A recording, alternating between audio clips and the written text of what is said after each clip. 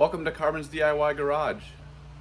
Some of you have been following the channel with this 2000 Impreza RS, the 2.5 RS, know that recently in a video, I think I was changing the oil, I showed the exhaust manifolds and it looked like there might be head gasket problems. I ended up taking it to the dealership. They confirmed the head gaskets were leaking, so I did have the dealer replace the head gaskets, and when they were doing that, they inspected the timing belt and everything else. Timing belt needed to be replaced, so they took care of that, but they said the bearings and everything else was in good shape. Fast forward a few weeks, a couple weeks really, noticed coolant dripping underneath the front of the car, throwing up a camera, and we saw what looks like a little coolant leak. All right, so here I am underneath the car. As after I drove, I dropped Kate off, and I was just checking because of course, you told me to, and voila, liquid puddle. Let's see what the liquid is. Any guesses? Ooh, it's hot, hot. We might. I don't have a good angle on it because I can't see. I'm not using my phone. But there's the path that it's taking, and then maybe if we sneak under here, we can kind of see where it's coming from. Some fresh liquid there, and it's just dripping down. So there's a leak somewhere, obvious. There, look, there you go. Bam, coolant is leaking straight off of that. And from that coolant leak, doing a little bit of investigation, it's probably coolant leaking from the weep hole of the water pump, and probably when they were installing the new timing belt or whatever, it wiggled the pump enough to get it to where it was probably in heading out, and then now it's just failed and or on its way to failing. So we're gonna replace the water pump today, and that means taking apart the whole front end of the engine, just like was done a couple of weeks ago. But it's gonna be a lot cheaper for me to do it. And since I'm doing it, I'm gonna be also replacing the bearings on the front, so the two idler pulleys and the sprocket, and get all of that taken care of. So this video will be a little bit longer side. I'll put chapters in the video description to try to help, but this is gonna be a timing belt, idler pulleys, sprocket, water pump replacement video.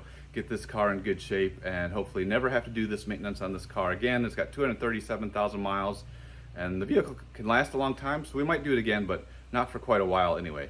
So hopefully this video will be helpful for you, and skip ahead if you already know parts of this project, and of course subscribe, thumbs up, questions and comments, and then everything I'm doing, parts, tools, etc. will all be in the video description. I just want to give you a quick run through of the parts I'll be installing. I am doing a new thermostat housing, even though the other one that's on there is probably fine. Again, I don't want to do this job in the future, so I went ahead and got the new housing. It's pretty inexpensive, and the kit I got on Amazon comes with bolts for it as well. It's all Subaru parts. Subaru thermostat with the thermostat didn't come with a ring, except the way I bought it on Amazon, it actually did. It came with the gasket and the thermostat. And then I got the ASIN water pump kit, which for this vehicle, the 2000 Impreza 2.5 RS, is the TKF001. Comes with the ASIN water pump, and it's got another thermostat gasket, so I won't be using that, don't need it. The seal for the water pump, gasket for the water pump, and then OEM bearings and pulleys, so NSK sprocket, coil bearing, NSK bearing, NTN tensioner. Yes, it's laying on the side right now, but I am going to bleed it, and I'm going to show you that here in a second, so that's okay. And it comes with a new timing belt. I don't know if I'm going to just reuse the belt that they just installed or put this belt in here. Both of them are Mitsumoshi belts, so OEM belts. So we're going to look at the timing belt that's on there right now and then make a decision. Before I start working on the car itself, I'm going to do a little bit of pre-assembly. So I'm going to put the thermostat into the water pump and then connect the housing to the water pump, get all that set up.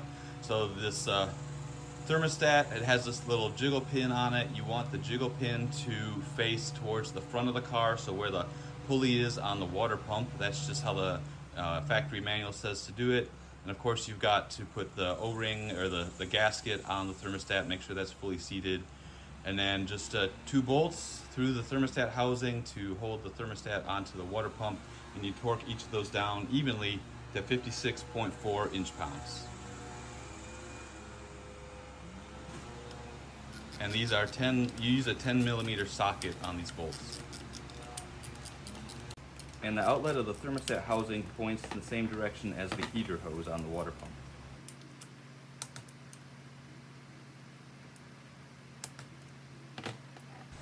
So the next bit of pre-work that we're going to do is we're going to bleed that tensioner, and this is now the recommended practice because it can get air in it since it could be shipped sideways and things like that. So the way you do that is just take a big C-clamp and compress the clamp down onto the piston with that pin installed, not squishing it or anything, but just holding it in place. You pull the pin, gently open up the C-clamp so that the piston can expand slowly and not just shoot out. And then you're going to recompress the piston, holding the tensioner vertical, so straight up, and then compress the piston, just a turn on the screw clamp every 30 seconds or so. You want this process to take at least 3 to 5 minutes, and so you do it slowly over time until you can put that pin back in. Put the pin in, and then from then on, leave it vertical, leave that piston so that it is pointing straight up. If you tip it sideways, you're going to have to do it again because you could get air into the system again.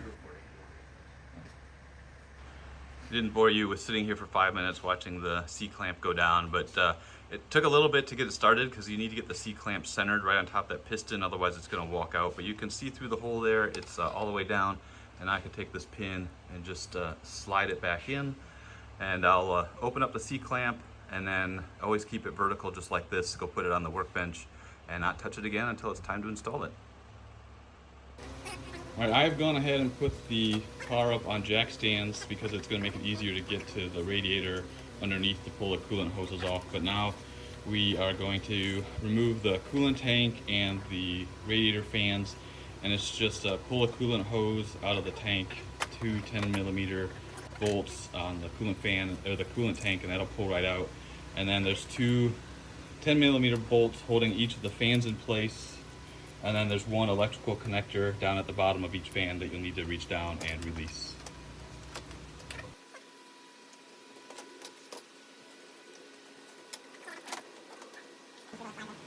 We're going to go ahead and remove the hose for the overflow tank also off the radiator just to give us more space.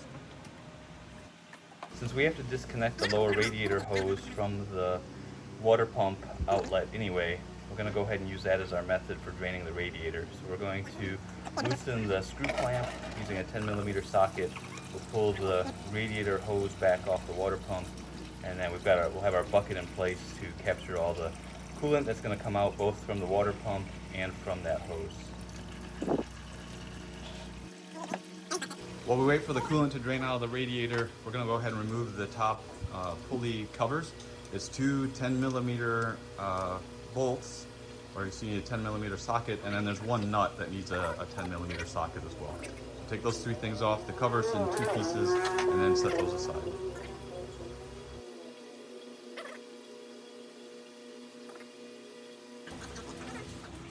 So lessons learned on this bolt: if you have to loosen it to get that belt cover off, just loosen it.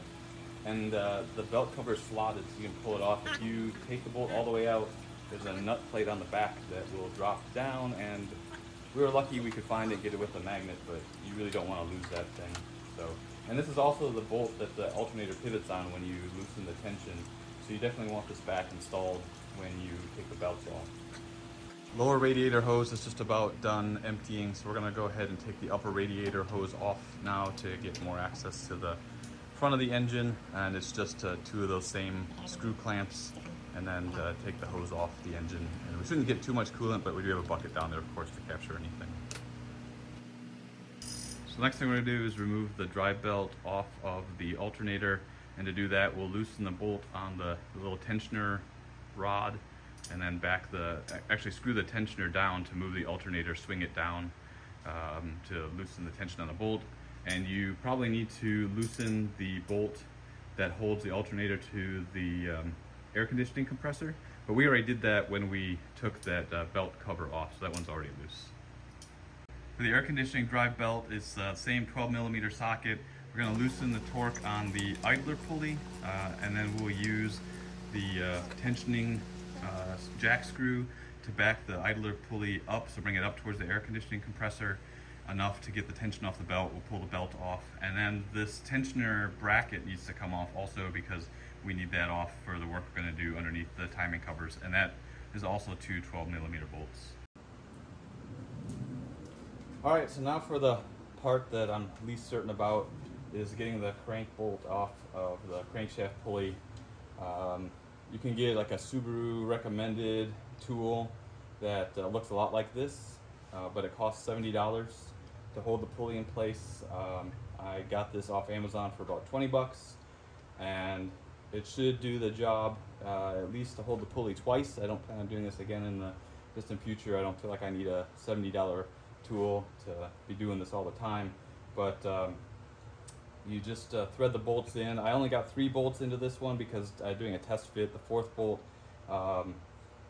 the bolt head, to get it to fit into the pulley far enough, you don't run the bolts in all the way, so you leave them back a little bit, and it didn't really leave us any room to use the breaker bar to actually loosen the bolt. So going with 3 bolts on this tool, and then breaker bar, 24-inch breaker bar with a 22mm socket.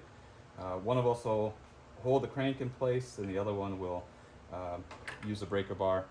Now, if you don't have this tool, I've seen, obviously you can just use the breaker bar up against the frame, pulse your motor, it'll break the torque on the crank bolt. I didn't really want to go that route, and I also don't know how to torque the bolt afterwards without having a way to hold the pulley in place, so we're going to go ahead with this 2-tool method. Yeah, so I would stand over there and pull it towards you with both hands. And so you don't want to, do it like that, and you don't want to hit this. You don't want to hit this, right? Yes. And it's going to snap, and that's going to be the torque. Right there. So.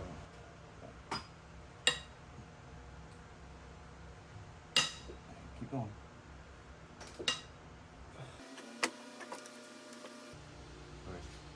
Ready? Yeah. Awesome. There you go. Cool. Yay. That was actually really easy. Now that we broke the torque, we're just going to pull the crankshaft bolt out. And that was a 24-inch breaker bar that I rented or borrowed from AutoZone, so I don't own that. And AutoZone and other part stores have lots of great tools you can rent but they don't have the Subaru crankshaft pulley holder, unfortunately. With the bolt out, you just gently wiggle the pulley back and forth and pull it out as well. Just show you the back side of the pulley, which is also it's also the harmonic balancer, so it's got some rubber in there too. But there's a keyway on the pulley. The key itself is on the crankshaft, so you don't need to worry about losing a Woodruff key or anything like that when you pull the pulley off. The next step is to remove the 2 timing belt covers. There's a small cover on the driver's side, a larger cover on the passenger side. The larger cover has 11 10mm bolts, and the driver's side has 3 10mm bolts. Take the driver's side off first.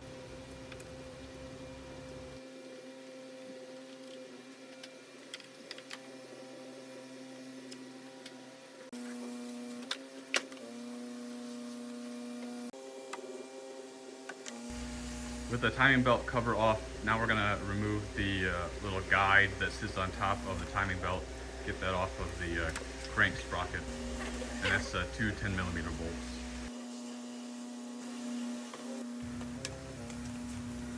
So now we'll loosely reinstall the crankshaft pulley, the crankshaft bolt, and turn the crankshaft to get it lined up to the timing marks, and the 2 camshaft pulleys and that crankshaft pulley should all be top dead center when you start taking the timing belt off.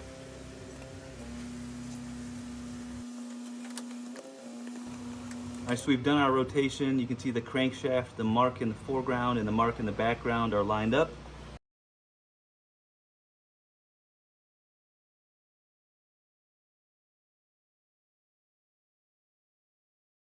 We go over to the passenger side on the camshaft.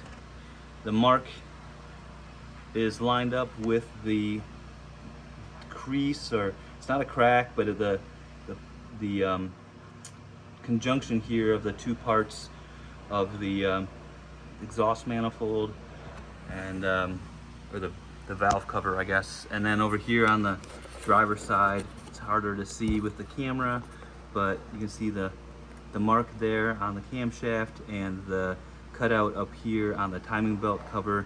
Those are all lined up, so it's good timing. And it ought to be. This timing belt is only a few weeks old, and it's got the timing marks on the belt to help line it up when we go put it back on. So I think I'm gonna reuse this Mitsumoshi belt and save the other one as a spare if we ever need a spare. The first pulley we're going to remove is the lower idler pulley, and after you break the torque you want to lift up on the bottom of the pulley to help make sure that the bolt comes out straight, but it's just it's not torqued all that hard, and just back it out and take it off.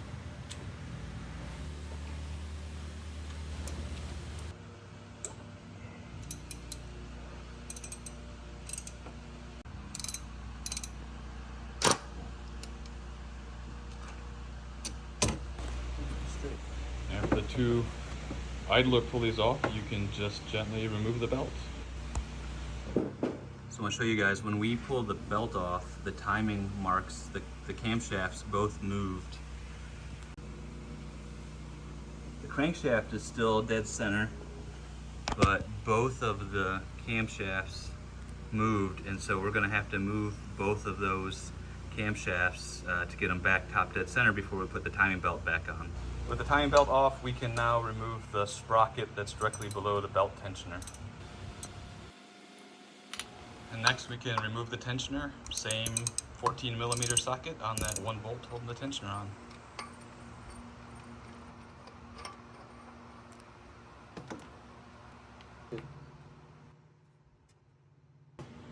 Back underneath the car, on top of the radiator hose connection to the thermostat housing, is another spring clamp, and that's for the hose to the heater core.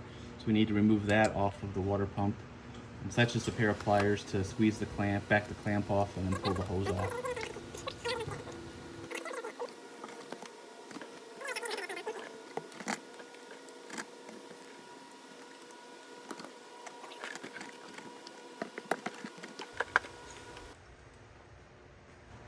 With all of that removed, now we can actually pull the water pump off the engine. There are 6 bolts. You need a 10mm socket. Just take them off, and the water pump is probably going to be sealed up against the engine, so it might take a little bit of pulling to get the pump off the engine block, but it should come out without too much struggle. Make sure you get the gasket, and then there's also a seal on the side of the water pump. You want to make sure you get that as well. And when you pull the pump off the engine, coolant is going to come out of the engine, so make sure you've got something underneath to catch all that coolant. Well, here's what the water pump looks like. You can tell the previous owner, whoever did the work, used a paper gasket and RTV on both sides of the gasket, and that is not how this is supposed to work. It's supposed to be a metal gasket with no RTV or silicone or anything. So we're going to take a pause and go clean up the front face of the engine, which is completely, you might be able to see it in the background, I don't know. It's completely covered in silicone RTV. We're gonna scrape all that off, get it nice and smooth and shiny and clean, and then we'll go ahead and put the new pump on and put everything back together. All right, I think we have gotten that cleaned off as best as we'll be able to. I scraped at it gently with a razor blade, and then some paper towel with brake cleaner on it, got most of the RTV off. So now we're gonna go ahead and put the new water pump in. Before we go install the water pump, we want to put this new seal that comes with the kit onto the water pump, and it just fits into this little cutout for it. It's pretty obvious how it goes in. You just push it in, and we can go install the water pump.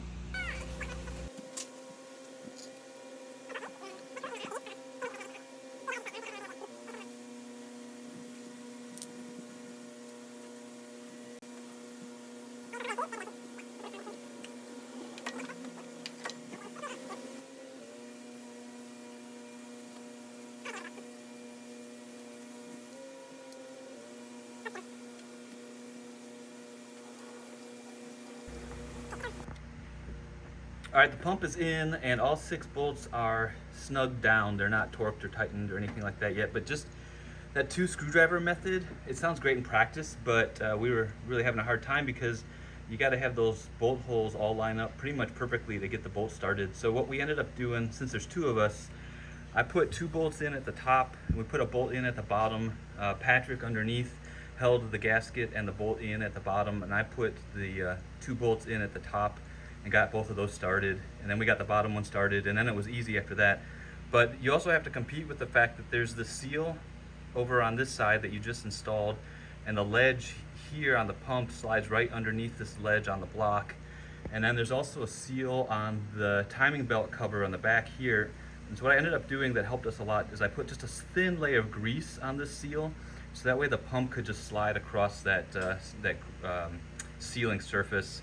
It made it go in a lot smoother. But now we have all 6 bolts in, and we'll tighten them and torque them, but we'll start here, the A location, and then we'll go clockwise and torque them all down once, and then go around and do it again. And that's factory service manual way of doing it, not crisscross, but actually in that circular clockwise fashion.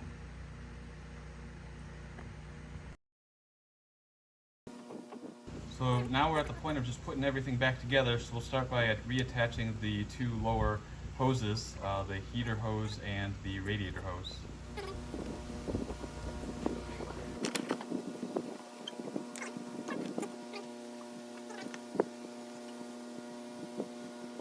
Alright, so the next step after connecting the hoses, we're going to install the tensioner and torque that down to 30 foot-pounds.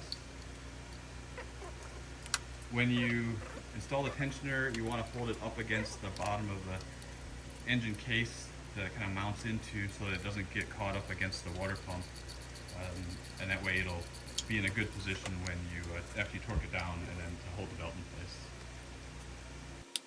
So with the tensioner installed, now we're going to install the upper idler pulley and torque that down to 30 foot-pounds.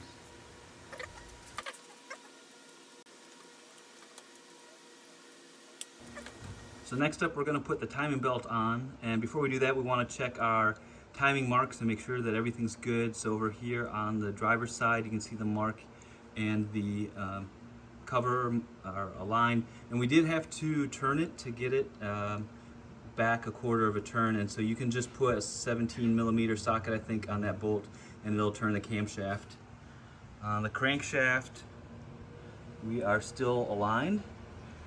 And on the camshaft on the passenger side, we are also still aligned. So we can go ahead and put the timing belt on. With that idler installed, we'll go ahead and install the timing belt, aligning our 3 timing marks at the 3 marks on the 2 camshaft pulleys and the crankshaft sprocket. And the arrows showing motion direction of the belt is pointing from passenger to driver's side. To be left to right if you're staring at the front of the engine. So now it goes up over top of the water pump.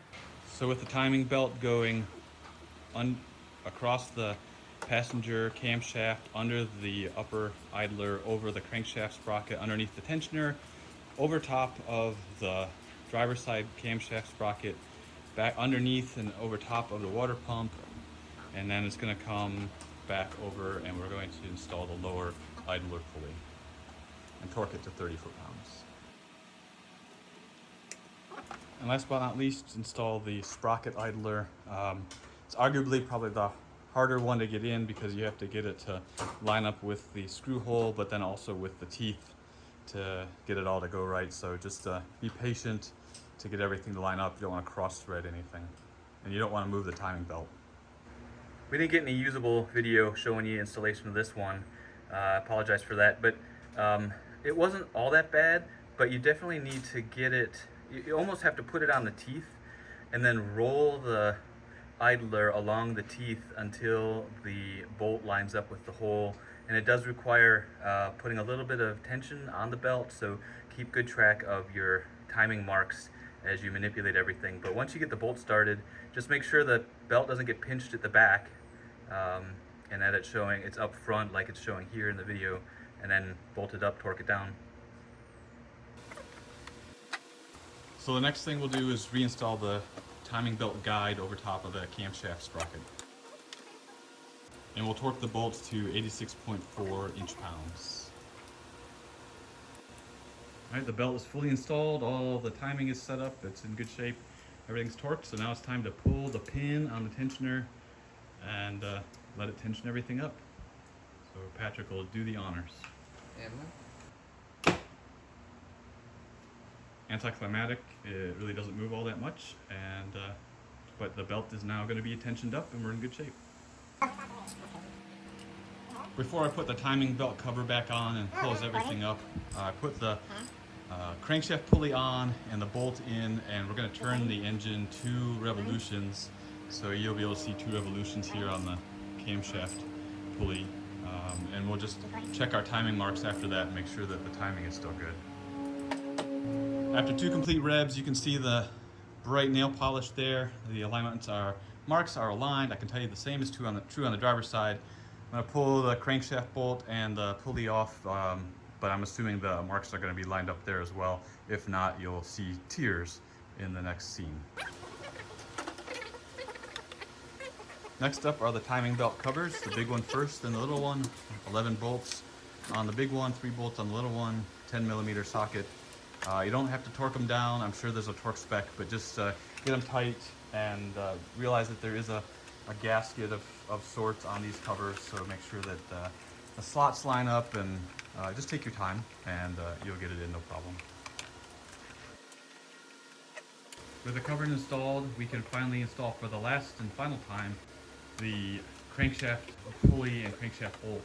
For this one, we're going to torque the bolt, and so per the instructions from the factory service manual, we're going to but we're going to lubricate the crankshaft bolt, both the threads and the flange of it, with some motor oil, and it's basically an anti-seize. I've seen in other videos people actually use anti-seize, but I'm going to stick with the motor oil because that's within the service manual.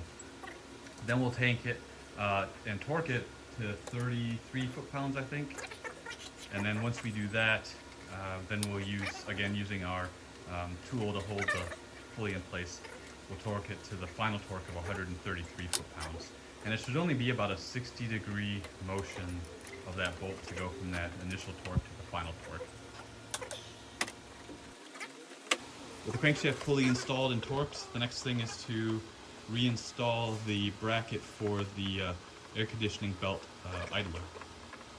Both the bolts and the nut that holds the idler pulley in place get torqued to 17 foot-pounds or 204 inch-pounds.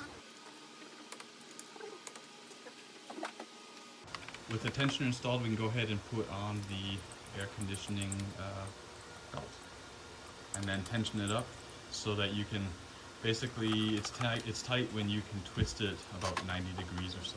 That's my understanding.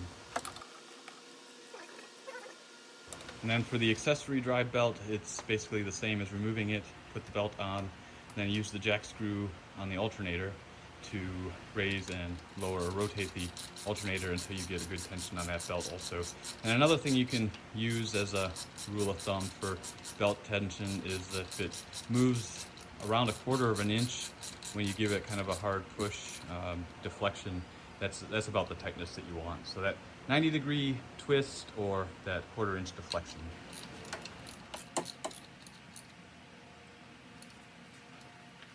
So then we'll reinstall the engine belt covers, and remember that one piece of the cover slips behind the bolt that's holding the alternator in place on the air conditioning compressor.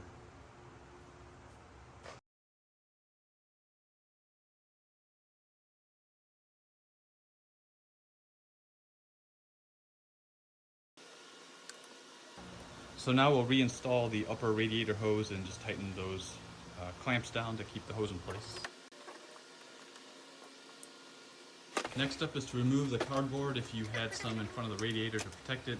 Install the 2 radiator fans, and don't forget to make the electrical connections at the bottom of the fans when you get them all bolted up.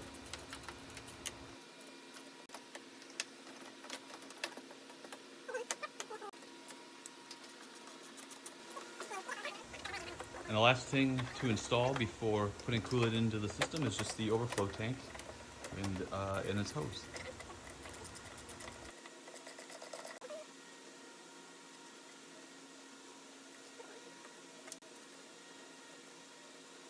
All right, the car is all put back together. There's no spare parts laying around, just lots of junky old parts. So now we're gonna fill the car up with coolant, and the first thing we're gonna do is, I guess there's a little controversy on this, but we're gonna stick with the service manual. We're gonna put one container of coolant conditioner into the radiator, and then we're gonna fill up the radiator with 50-50 mix of coolant. We're not using Subaru super coolant, using peak Asian vehicles coolant instead. So I know it can go either way on that opinion, but we're gonna fill it up, and hopefully we don't get a result like we did when I replaced the water pump on my Jeep TJ and my Chrysler 200, where coolant just immediately started flowing from the car. Hopefully we got no leaks. We'll fill it up and we'll start bleeding it. So after 3/4 of a gallon, there's no leaks yet, so we're gonna keep going. Radiator's full, the hoses are full, the overflow tank is full.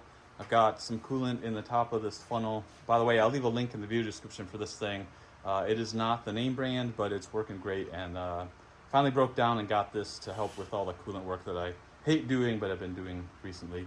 So we're gonna get in the car, we're gonna set the temperature on hot, so the heater is open, the fan is on low, and we'll start the car, start getting that warmed up. And we'll keep adding coolant as the air bubbles come through. All right, so the engine started and it didn't blow up, so that's fantastic. The timing belt and everything's working. No immediate leaks from the system, so we're gonna finish bleeding this. It'll let the engine get up to temperature, and then as the coolant level drops, we'll just add some more, just standard way to bleed the engine. And you can see some bubbles flowing out right now. So once that gets done, I'm gonna wrap the video up in a little bit. I'm gonna tell you about the procedure I followed to do all of this. It'll be available to you, the parts I used, and just some thoughts about this job. All right guys, I got the car up to temperature, got good heat going inside the cabin. All the bubbles are done bubbling, so the engine's coolant is all bled out of air. So I'm just gonna wrap that up. This is the end of the video. If you've stuck around this long, drop me a comment and let me know you actually watched it to the end, because I think this one's gonna turn out to be pretty long. I wanted to show you the pulleys and the bearings I took off. They were all Japanese bearings and the Subaru tensioner, and really the bearings are all in good shape. They look just fine, they spin just fine. The tensioner, I don't know, there might be a little bit of oil at the top, but honestly that looks like it's in good shape too. And that's the same information I got from the mechanic at the Subaru dealer. He didn't recommend changing any of these because they look to be in good shape. I just went ahead and did it because that way I know it's been done and I don't have to worry about doing it in the near future, because I don't know when this actually got replaced by previous owner. And looking at the previous owner, you know, they could have spent more money on a I don't know what brand pump this is, but you know, just the gasket, man. But we got that taken care of, and I guess the weep hole on this one, you can't see it anymore, but there's the weep hole, and there was coolant coming out of the weep hole, so this thing definitely was at its end of life. But one final thing, I did go through a bunch of videos to figure out how I wanted to do this. I made my own little step-by-step procedure that I followed, because there's a lot of things to just get in the right order. And I'm going to take some photos of those and put them on as a post on the community tab of my channel. So if you're looking for the directions that I used and the torque settings and the torque numbering for the water pump, it'll all be there. But yeah, thanks for watching. This was quite a project. I think this took about 7 hours if you include filming, and I did have a second person helping me most of the time. So shout out to my son Patrick for helping me with that, get his car up and running and in good shape. But yeah, if you have any questions, comments, drop them. Thumbs up if you actually watched this far, subscribe to the channel, and if you're interested in supporting the channel financially, I'm still paying off the new head gaskets, so I'll take anything you don't mind sending my way. But honestly, the best part is just that this helps somebody. So until the next video, there's still a lot more to come. You guys take care and have a good one.